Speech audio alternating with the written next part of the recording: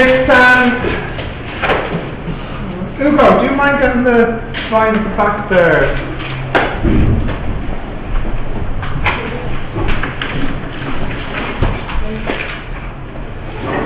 This next lesson about practical problems, as you can look at it, I see it's just like the practical exponential laws and practical sequence and series problems and practical trigonometry. They're all word-based.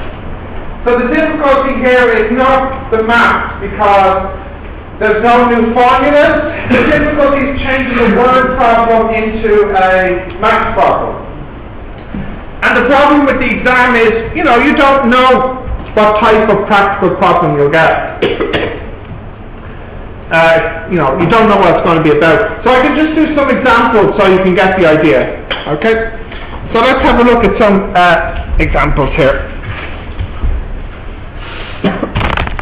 Okay, so my first problem is, you can imagine a farmer, and the farmer is trying to build a fence, a wall. So in total the farmer has 100 meters of material, of fencing, or bricks, or whatever you want to think of it as. And he needs to make this into a rectangle shape. Maybe he wants to put some animals inside it or whatever. This side here is X and this side here is Y.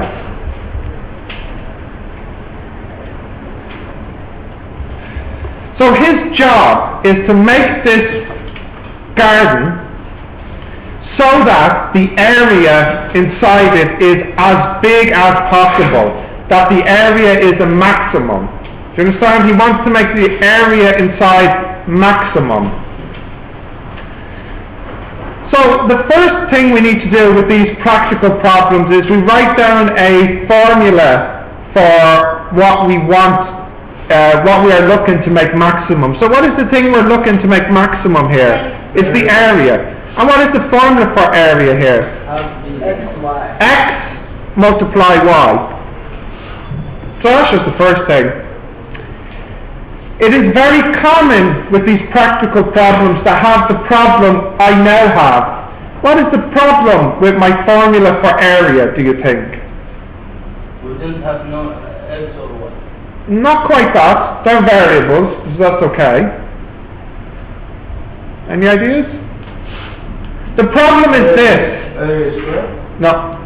The problem is this. There are 3 variables in my equation. A, X and Y. But we normally only have 2. Usually like X and Y. Or maybe A and X. Or A and Y. In other words, we have too many letters. We should only have 2 letters. We shouldn't have 3. So usually the next step in these problems is to make another formula with the X's and the Y's. Is there anything else we know about the X and the Y and their relationship? Yeah, they should be equal to 100. Yeah, well, you're right. You have the right idea, but how exactly? And what formula should I write down here? 100 equal to 2X plus 2Y. Okay, we got it then. So 100 should equal X plus X plus Y plus Y. So, in other words, 2X plus 2Y should equal 100, which means that X plus Y should equal 50.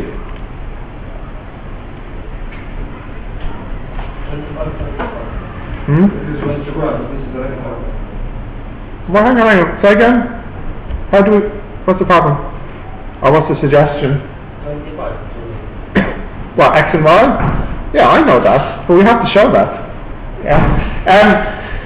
So, the next step now is to use the answer we got to remove one of the variables here. So let's remove the Y. You know that Y equals 50 minus X. Yeah? So you can put that back in here, and now you get area equals X times 50 minus X. which equals 50x minus x squared.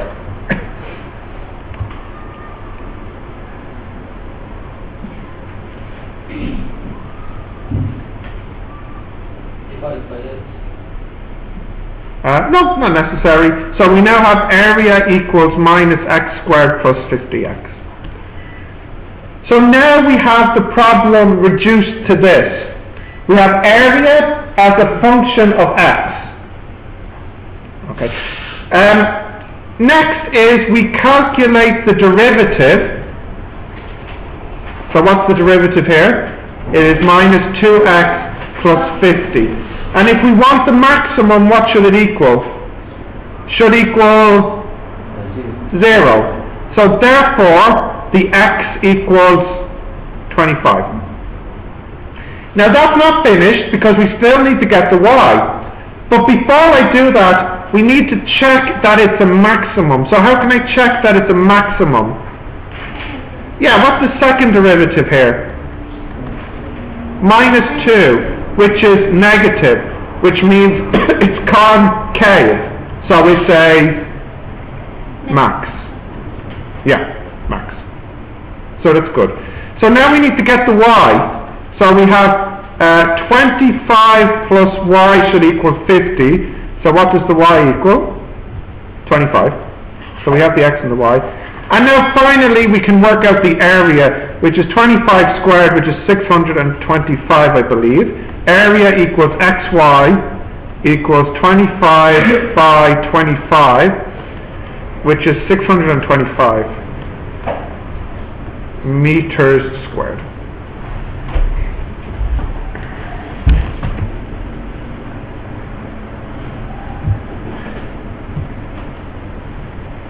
So, if you give the farmer 100 meters of fencing material, he can make a garden of area 625 meters squared and no bigger. It's his maximum. He can't make the garden any bigger using only 100 meters of fence. He can make it smaller. You know, for example, you don't need to write this part down, but for example, if he did 1 meter and then he did 1 meter here, and then he would need to do, let me see, 49 meters here, and then 49 meters here. What would be the area of this garden? 49 meters squared. That's a big difference, isn't it? Yeah. So he can't make the garden any bigger than this. He could make it smaller, of course, but this is his maximum. This is the best shape he can do. So we'll do some more examples. Do you have this taken down? Yeah? Okay. Right, so the next example. We'll do, I don't know, what are these, 250 or something milliliters? The next example we'll do with like a coffee cup. So we want to make a coffee cup. Yeah, with the Starbucks one, does it say how big that is in milliliters? No? It's, I know some of them say, maybe it's not. 500. I know. 355. Oh, 355, okay. So what we want to do now is we want to make a coffee cup, but we want to make it as cheap as possible, which means we want to use the least paper as possible. So this time we want a minimum. Now I know and you know when you look at a coffee cup it's this kind of shape, isn't it? But just to make this problem easier for us to do, we'll make our coffee cup a nice perfect cylinder shape. And we'll have it, yeah, I know coffee cups aren't this shape, but we'll go with it.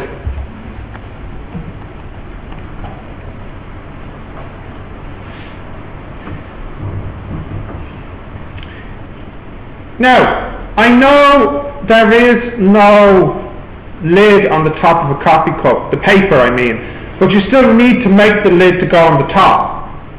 So if the lid is smaller, then it's cheaper, right? Yes. So we'll still consider the top. as part of the problem. So, if you want to make this minimum, if you want to do this cheaply, what do you need to make as a minimum? What thing are you trying to make smaller and smaller? The height. Height? No. Radius? No. What is the cost here? If you make a coffee cup, what do you need to buy? The paper. So what does the paper represent on the cup? You know, you could have a really tall cup that uses a little paper if it's thin, or if it's really tall but really fat, it would use a lot of paper. So it's not the height, it's not the radius, but what controls the cost? The area. If you think about it, like if you have some paper here and you roll it up into a cylinder, it's the area that's the cost. If it has a big area, then it's a lot of paper and it's a more expensive cup. So here is the area you want to make as a minimum. If you don't remember it from middle school, I will remind you that the area of a cylinder is 2 pi r h plus 2 pi r squared. If you forgot, just call your middle school teacher and they'll remind you, okay? In the exam, yeah, you should remember it before the exam. It'd be a good idea.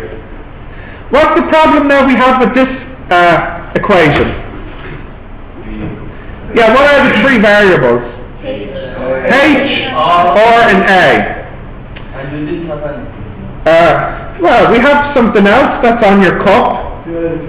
Yeah, we know we want to make our cup so that it can hold 355 milliliters. Okay, now we need to convert milliliters. So what I'll do is, just to make this problem easier, we'll use centimeters instead of meters. So if I'm using centimeters, what is the volume?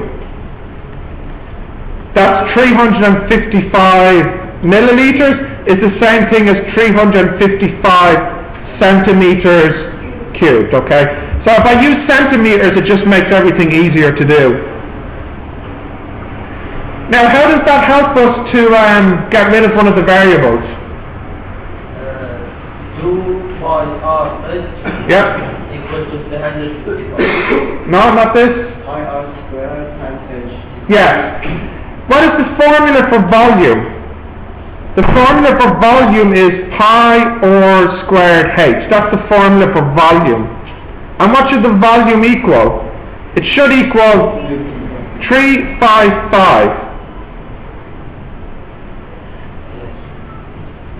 So what do you think? Should we get the h or the r here and substitute it back in? Which looks easier? The r, because it's straight. Well, yes. The h should be replaced, because then we only have to replace one thing. So here I could get h equals 355 over pi r squared, and I can put that back in. So I get area equals 2 pi r h over pi r squared plus 2 pi r squared. So then the area is, what's that, 710, is it? 710 over r plus 2 pi r squared. Or if you want, it's 710 r minus 1 plus 2 pi r squared.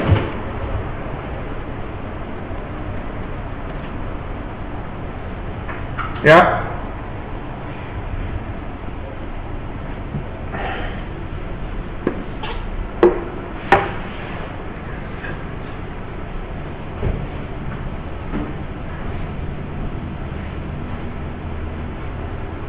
Okay, so now what should we do next if I'm trying to get to the minimum? Would that r? No. No. First derivative. So derivative here is minus 710 or to the minus 2 plus 4 pi r equals 0. So we have minus 710 over r squared equals minus 4 pi r. So 710 equals 4 pi r cubed. So 710 over 4 pi equals r cubed. So finally, r equals the cube root of 710 over 4 pi. Can you type this in on the calculator and tell me what you get, please?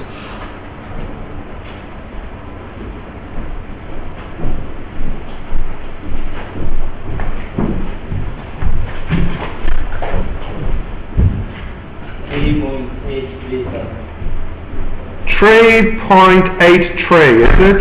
So we'll say 84 centimeters.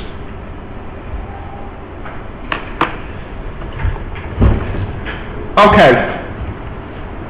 The next thing I would like someone to do on their next let's just check that it is a minimum. So we need the second derivative. The second derivative would be 1420 or minus cubed plus 4 pi. What value do we put in for or here? 3.84. I won't even bother to do that because I can clearly see that I can only get a positive number here. It can't be negative. So you can check it on your calculator if you don't believe me, I won't be offended. But if you put or in here, it's only going to be positive, which makes it a minimum, convex, yeah. Can someone give me the height, please? You just take this number and put it back into this formula here for the height. 355 over pi r squared. So the height equals 355 over pi r squared. What's that?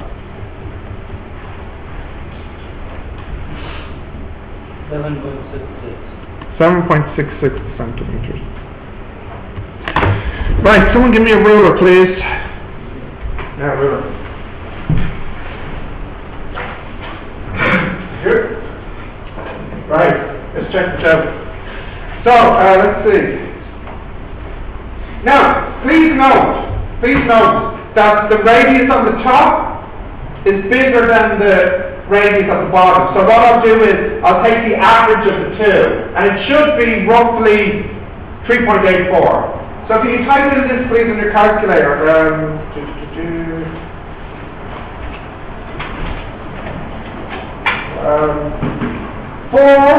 4 centimeters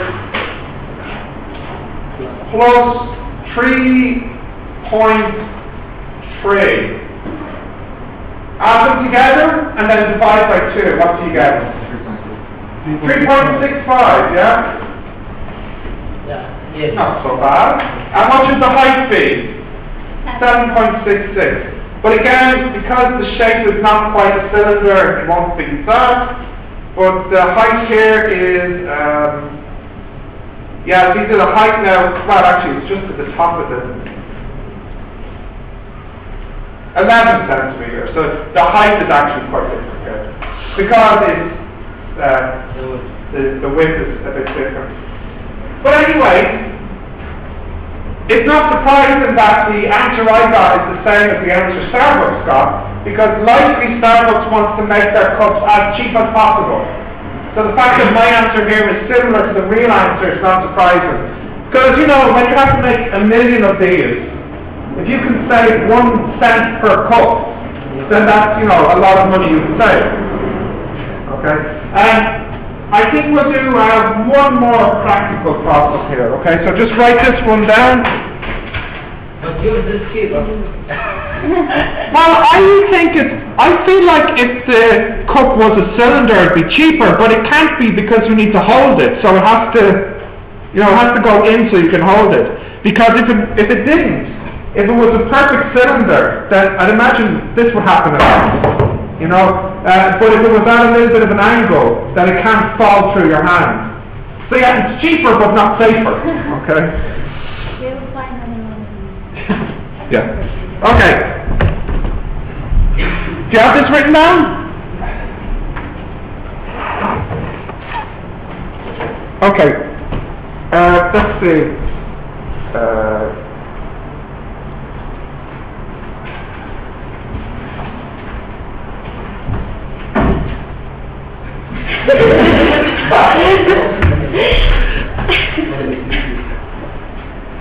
Okay, I'll do one more example for you. Sorry. Do you have this? Yeah. Okay, so I want to do, let me just have a quick look here.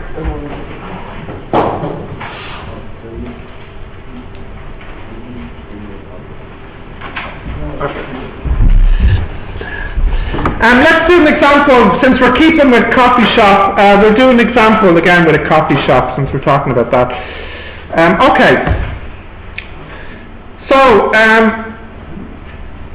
tell me this. If you make coffee more expensive at the shop, will there be more or less customers? Less. And if you make it cheaper, there'll be more, okay? So, for example, let's just say when the price equals, well actually, you know what, I'll do the example in the book. What number is the one at the coffee shop? Oh, okay, thanks. €2. When the price is €2, we'll say that they sell 100. And when the price is €1, we sell 150 cups. Okay. I'll hold on to this.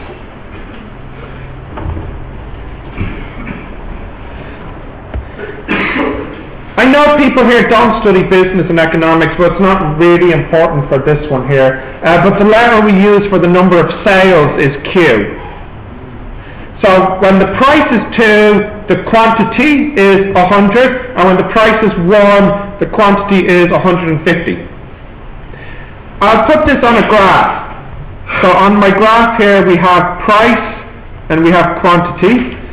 And like I said, when the price is 1, the quantity is 150, so that's here.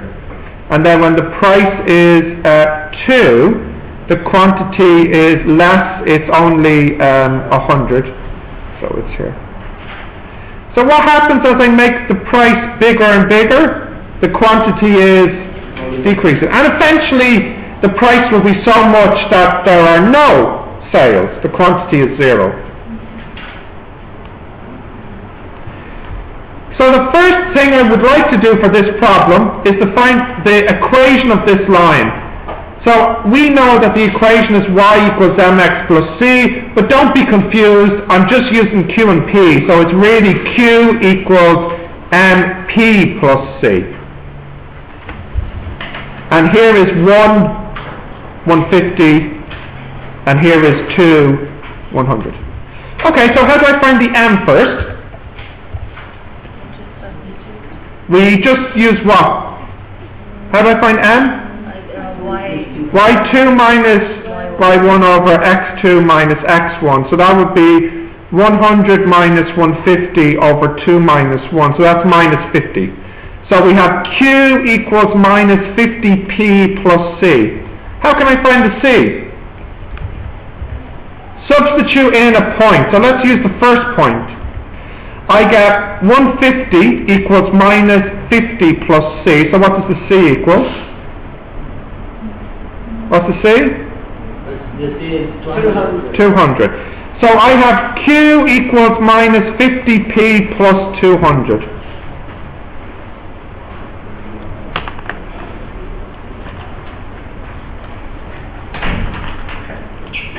Great. So far this is realistic, isn't it? We make the price bigger and we sell less coffee. We make the price cheaper and we sell more coffee. And you even have a formula for how many you should sell for the price. So for example, if the price is €3, how many copies will I sell? I would hope you can do this in your head, no? If the price is 3, how many will I? 50, yes. And if the price is €4, how many will I sell? 0. 0. If the price is 4. Yes? 0. Okay. By the way, if it was free, what's the price? If the price was 0, if it was free, it should be, but if I'm using this, but of course you're right, if it was free, it's going to be much more than that. And I can tell you this because this morning there was free breakfast in McDonald's. Did you get it? No. I went to the McDonald's on Grafton Street, and I can tell you that it was busy. It was busy. So this is only realistic for, numbers between 1, 2, 3, 4. Doesn't really make sense if the price was actually 0. The graph, we would imagine, gets really big. Not infinity, because there's not infinite people, but large. Okay. Right, so the next thing I'd like to do, now that we have this, is work out the cost. So part 2. So I tell you that the fixed cost per day, by the way, this is all per business day, is 70. Does anybody know what I might mean by fixed cost? Yeah, the average. No, not average cost. Without the benefits or the benefits. I'm getting closer, but not quite this. Fixed cost of 1 cup? Yeah, but what do I mean by fixed cost? What type of cost is this? It doesn't change firstly. So what type of cost might that be for a business? Rent. Yeah. I mean, if the shop opens and sells coffee, or if it doesn't open and sell coffee, it still has to pay its rent, correct? So this is called a fixed cost. So the total fixed cost per day is €70. Now there's another type of cost called variable cost. So what do you think this cost is? It changes, yeah. So this variable cost is €0.33 per cup. So of course, when the shop makes you a cup of coffee, each time it makes it for you, it has to pay for the coffee, the paper, the water, etc. So this is called a variable cost because it's different each day. It depends on how many cups of coffee were sold. So what do you think would be the formula for the total cost? Yeah, it would be 70 plus, what do you think? No? 3.33, not multiplied by x, what letter are we using? No? Q. Remember, Q is how many cups we sell per day. So you said x, but you have the idea, it's the sales, the number we sold.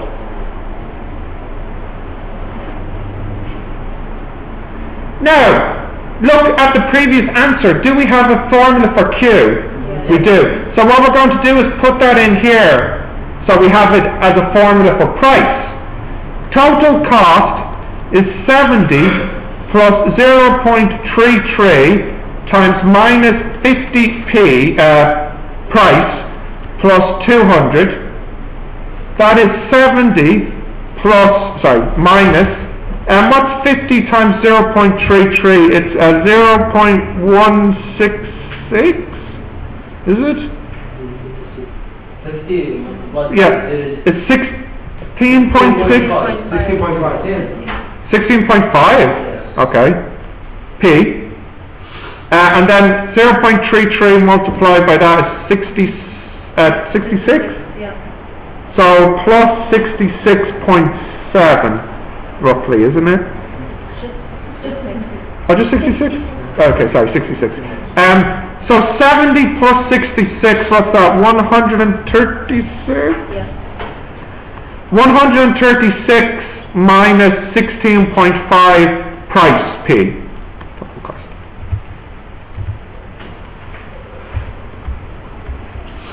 B equal to 8.24. Huh? Well, wait, no. One step at a time. So we have total cost. So the next thing we would like is something called total revenue. Does anybody know this word, revenue? Yeah, the benefits. Or in other words, total revenue means basically how much money the shop got that day from sales. So total revenue, it's very simple. It's how many cups of coffee you sold multiply the price that you sold the cup for. You know, so if you sold 100 cups of coffee and each cup of coffee is €2, then how much revenue did you get? Multiply them together, so it's 200. Okay? So the formula is quantity multiplied price. Makes sense, you know? And again, we have a formula for Q. So I'll put it in again. Can you just read out the formula for Q? What was it? Yeah. Plus 200. Multiplied by P. So total revenue is minus 50P squared plus 200P.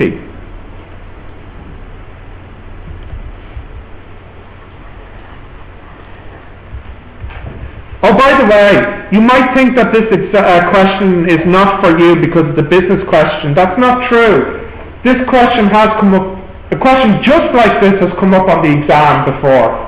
So if it comes up again, you've seen it, okay? This would be a difficult exam question though. In fact, I really feel like this is probably one of the most difficult type of practical problems because of all the steps in it. Okay, next we want a formula for the profit. So what is profit? The money he gives.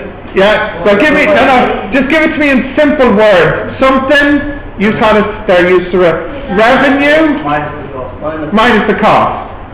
The revenue minus the cost. Do we have a formula for total revenue? Yeah, and do we have a formula for total cost?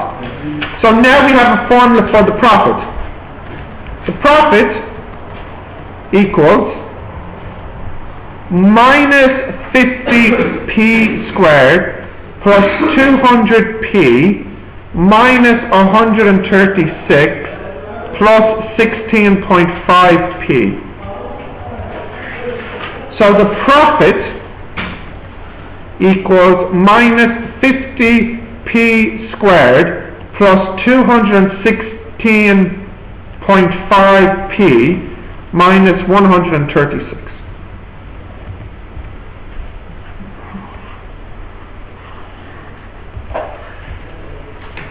How much profit is made by the coffee shop if they make their price zero? Nothing, negative. Negative and nothing are different. Minus 136. Is that a profit? No. That's a loss. But of course that makes sense. If the coffee shop sells their coffee for zero, you don't expect them to make a profit, do you? What about if they made their price at €10? If their coffee was €10 per cup, what's their profit? Tell me the number.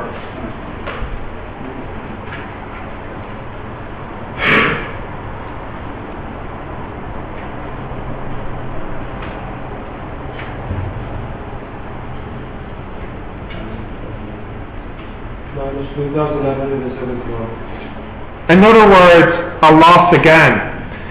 So the idea is there is a price you can pick for your coffee that will make maximum profit. If the coffee is too expensive, you will get less customers and therefore less money. Even though the coffee is more expensive, you lose too many customers and therefore in total you get less profit. What about if you make the price too cheap? You will get lots of customers, but if the price is too cheap, then you're not making much money per coffee cup. So there is a perfect price that makes the most profit. In fact, if you were to look at the graph here is price of the coffee, and here's the profit.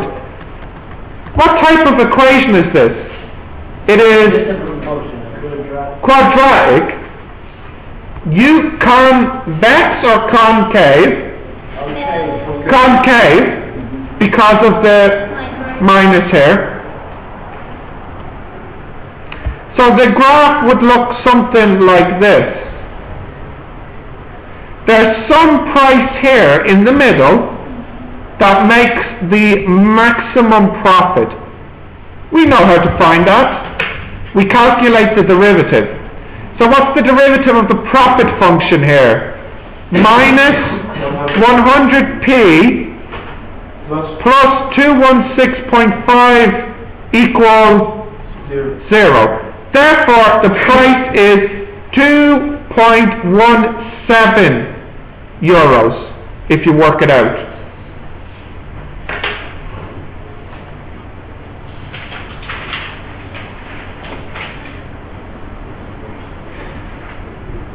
Can you take this answer, please, and with this answer put it back in here to work out the profit?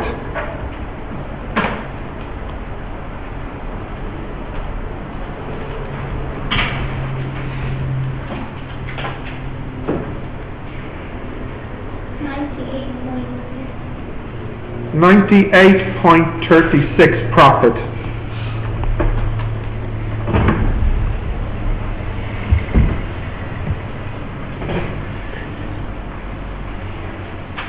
Is it possible for the coffee shop to make more profit than this?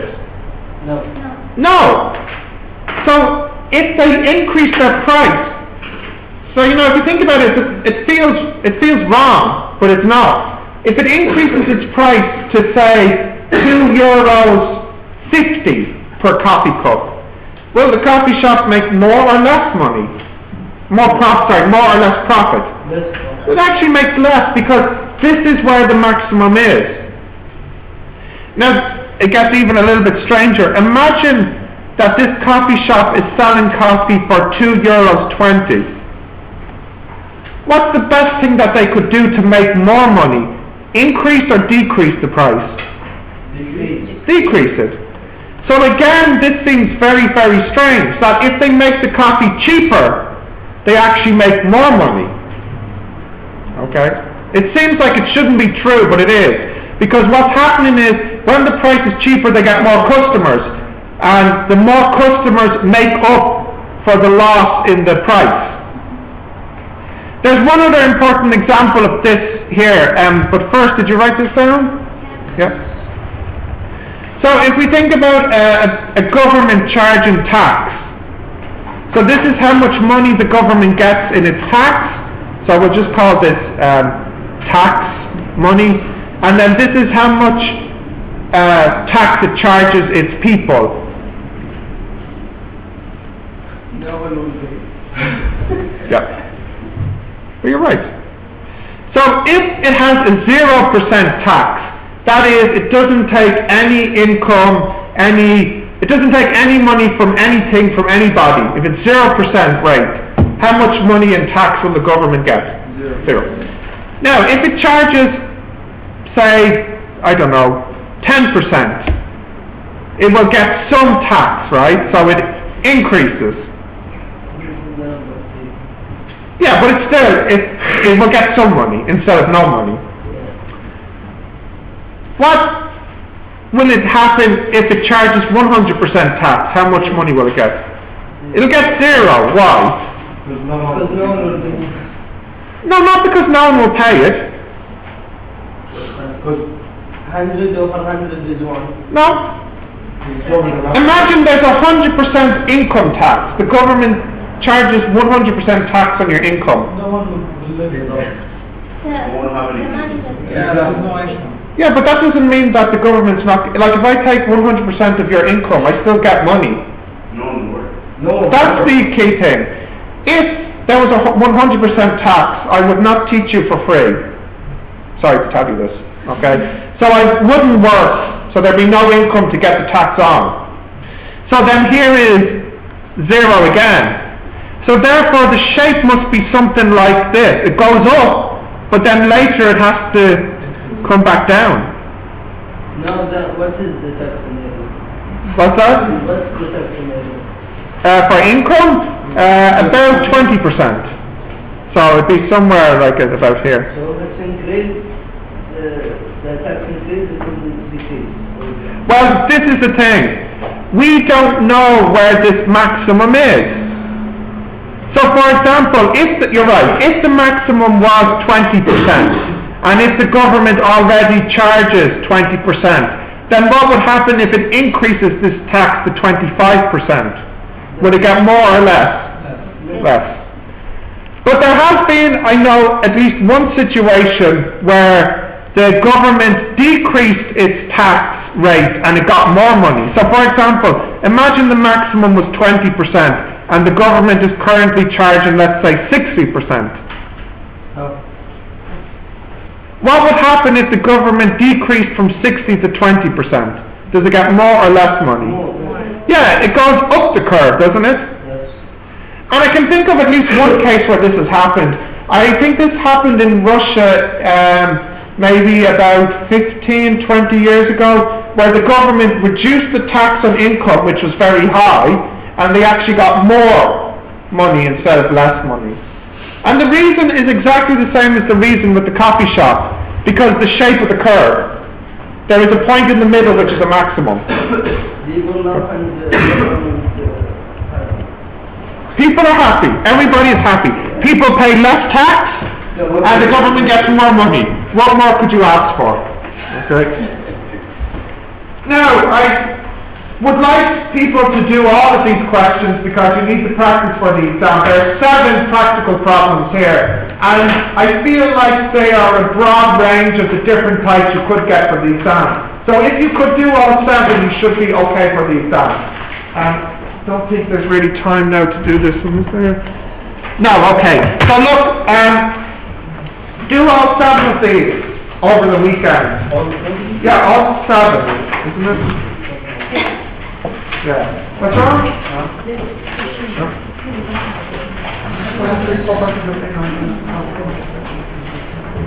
Yeah. I know. Just use your best to figure out what the word could be. I don't know why the printer did that. Some of them are okay. Maybe you can copy if you need to.